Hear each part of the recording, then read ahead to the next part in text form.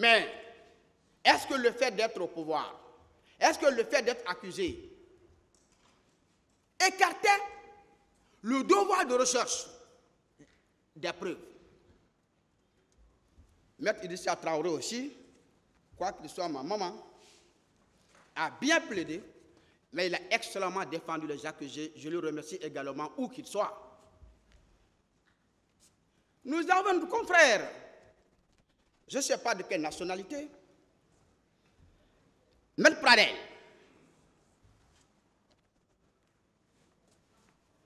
Lui, à son tour, Monsieur le Président, j'ai baissé ma tête quand il a commencé à parler.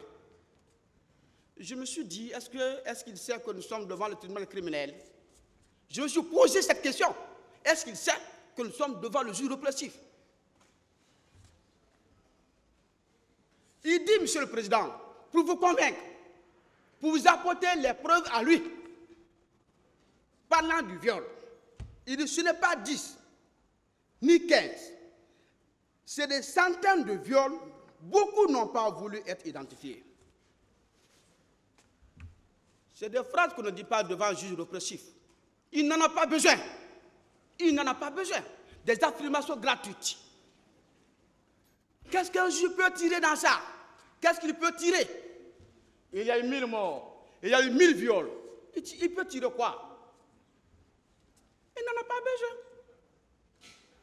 Certains ne sont pas venus parce qu'elles n'ont pas voulu être identifiées.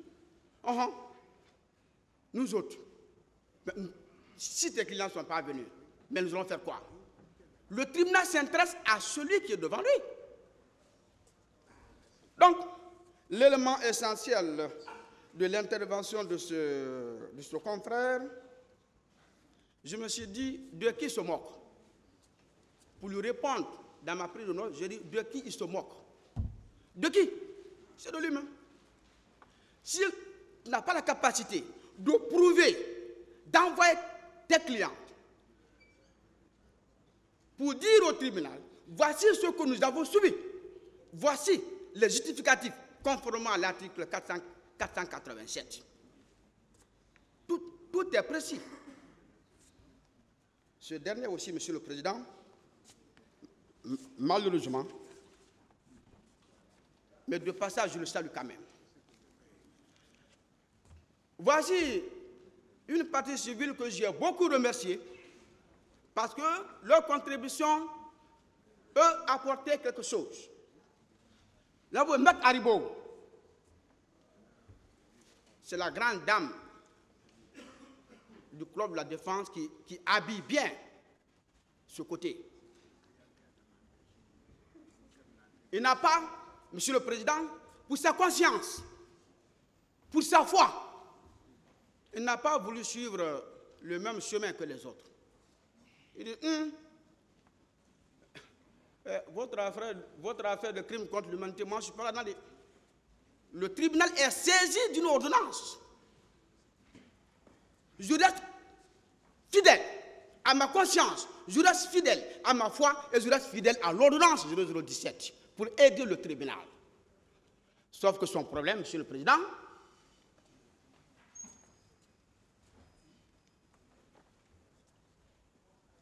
la consoeur s'est livrée à un exercice en violation de l'article 497 du Code de procédure pénale, alinéa 2.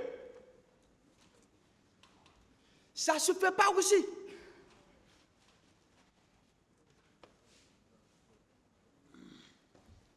L'alinéa 2 de cette disposition est très claire.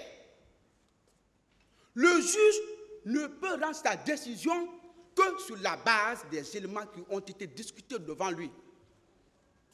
Vous vous intéressez à ce qui s'est passé en haut, en bas, à Yogo, dans notre quartier. Ce n'est pas pour aider le tribunal. Vous savez pourquoi le législateur a émis cet article, Monsieur le Président? Article 497, alinéa 2. Il y a une raison pénale, il y a une raison sociale, il y a une raison morale. L'esprit, je parle sous le contrôle de mon maître de stage, maître Lansina, professeur de droit pénal. Le législateur n'est pas bête. tout ce qui est prévu a une motivation. Et la motivation, soit elle est d'ordre juridique, elle est d'ordre moral, elle est d'ordre religieux. C'est pourquoi l'article 497, c'est la colonne dorsale du Code de procédure pénale. C'est la colonne dorsale. Parce que il fixe, c'est l'exception du pouvoir autonome du juge de répressif. Il dit au juge, vous avez votre conviction, oui. Vous avez des éléments, oui. On a mis à votre disposition des éléments extérieurs, oui. Mais vous ne pouvez prendre la décision que sur la base des seuls éléments qui ont été discutés devant vous. Des doctrinaires ont estimé que cette disposition était une atteinte à l'indépendance du juge. Parce que cette disposition limite l'intervention du juge répressif. Vous avez votre conviction, mais sur la base des éléments discutés ici.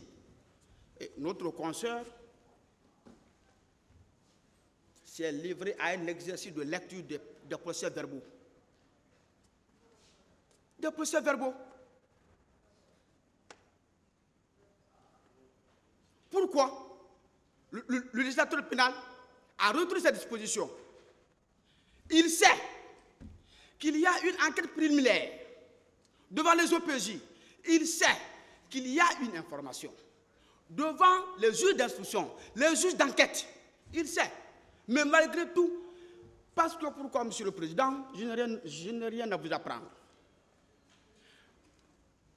Le droit pénal, la procédure pénale est caractérisée, par la certitude, par la divisibilité, par la personnalité, le tout couronné par les circonstances.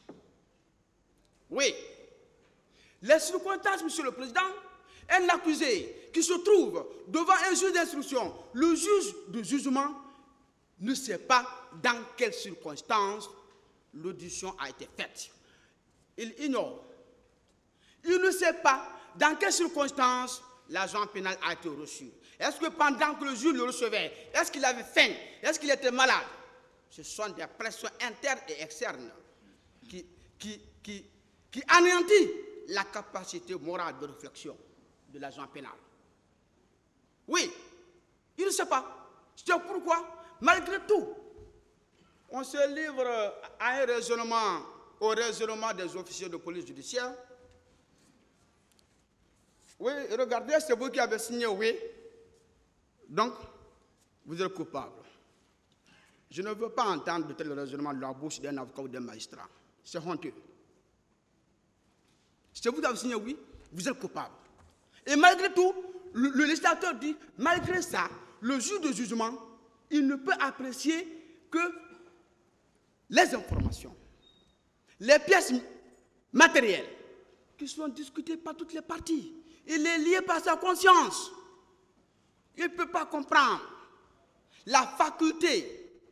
Nous sommes des personnes ayant des humeurs, ayant des relations. Ça aussi, c'est l'Afrique. Les autres ont dépassé cette étape. Ils ont dépassé cette étape.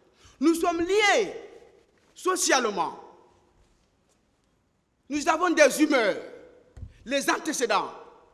C'est compte tenu de ces éléments subjectifs que le législateur a dit, monsieur le juge de jugement, votre décision, les limites, c'est le débat qui a été fait ici.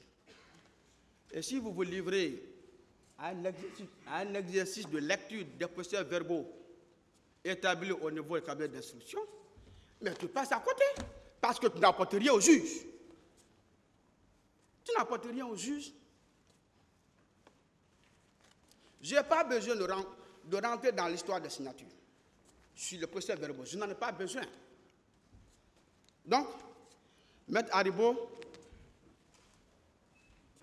malgré qu'elle a vu le chemin de l'ordonnance 0017, elle n'a pas voulu agresser